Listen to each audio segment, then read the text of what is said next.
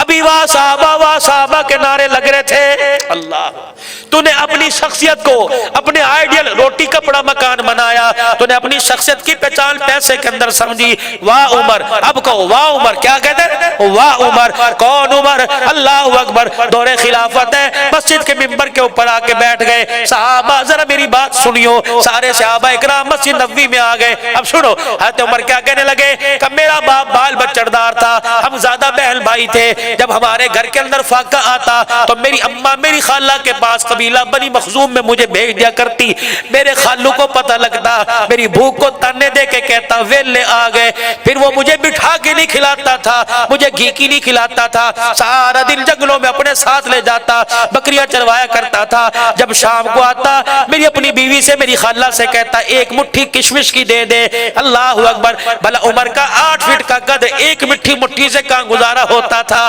اللہ، یہ کہہ کے رونے لگ گئے۔ اللہ غنی، اتنے میں اذان ہوئی، آپ نے مصلی پہ کھڑے ہو کے نماز پڑھائی، نماز پڑھا کر جب جانے لگے عبد الرحمن بن عوف رضی اللہ عنہ سے رانا گیا، آپ نے یوں کر کے ہاتھ میں ہاتھ ڈالا اور کہا عمر، ہم تو تجھے بڑا سمجھدار سمجھتے تھے، تو نے پورے مدینے والوں کو یہ بات سنانے کے لیے اکٹھا کیا تھا، عمر کیا تو اتنا ہی ویلا ہے یا ہم اتنے فارغ ہیں تیری یہ بات سننے کے لیے آئے؟ اللہ اکبر، حضرت عمر کا سر جھکا ہوا، چھم چھم آنسو آنکھوں سے گر رہے ہیں، کہنے لگے عبد الرحمن بھائی یہ بات بتانا مقصد نہیں تھا، دراصل آج ملک مصر اور شام سے کچھ وفود آئے تھے اور انہوں نے آ کے میری چہرے کے سامنے تعریف کی اور کہنے لگے عمر تیری تو طاقت کے، تیری تو غیرت کے ڈنکے ملک شام مصر میں بجنے ہیں۔ اور بھائی عبد الرحمن، یہ سن کے میرے دل کے اندر میں آنے لگی، میں نے پورے مدینے والوں کو اکٹھا کر اپنی اوقات بتلا دی کہ عمر دائرے کے اندر رہے، آج 22 لاکھ مربع میل کا حکمران بن گیا،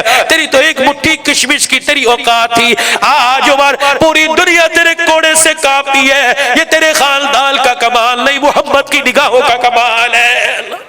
ہر طرف احتساب احتساب کا نعرہ لگ رہا ہے، ہر طرف میرے عزیزوں لوٹی ہوئی دولت کا نعرہ لگ رہا ہے کہ واپس کرو۔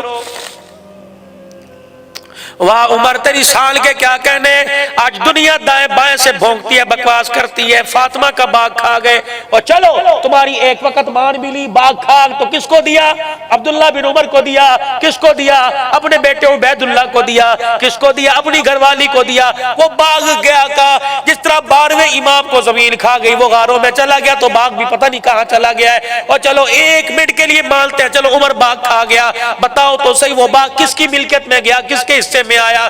رب کعبہ کی قسم ہے تم اس عمر کو کہتے ہو، صدیق اکبر کو کہتے ہو، فاطمہ کی عزت کی پامالی کی ہے۔ اللہ اکبر، میرے عزیزوں ممبر پر آ کر بیٹھ گئے اور سارے صحابہ سے مخاطب ہو رہے اور کہہ رہے اسمعوا واطیعوا، او لوگوں میری بات سنو، میرا کہا مانو۔ ایک کونے سے صحابی کھڑے ہوئے کہنے لگے لا نسمع ولا نطیع، اے عمر تیری بات نہیں سنیں گے، تیرا کہا نہیں مانیں گے جب تک یہ نہیں بتلائے گا، جب تک یہ نہیں بتلائے گا۔ اللہ اکبر، اللہ اکبر، تیرے پر یہ کرتا کہاں سے آیا ہے، یہ نیا جوڑا نیا کپڑا کہاں سے آیا ہے؟ عمر بتا کتنے میں لیا؟ یا بیت المال کے خزانے میں سے لیا؟ حضرت عمر وہیں بیٹھ گئے، چھم چھما سو پھر دوبارہ نہیں کر رہے ہیں۔ اللہ غنی، حضرت عمر خاموش، بھائی کیا تمہیں میرے پہ یقین کوئی نہیں؟ کہ عمر اعتماد ضرور ہے، آج اگر کرتے کا احتساب نہ دیا تو کل لوگ باغ کا الزام لگائیں گے۔ حضرت عمر سر جھکا کے بیٹھ گئے۔ آپ کے بیٹے عبداللہ بن عمر رضی اللہ تعالیٰ عنہ آئے اور اپنے باپ کے کندھے پہ ہاتھ پھیر کے کہنے لگے ابو جی آنسوں کو صاف کر لیجئے،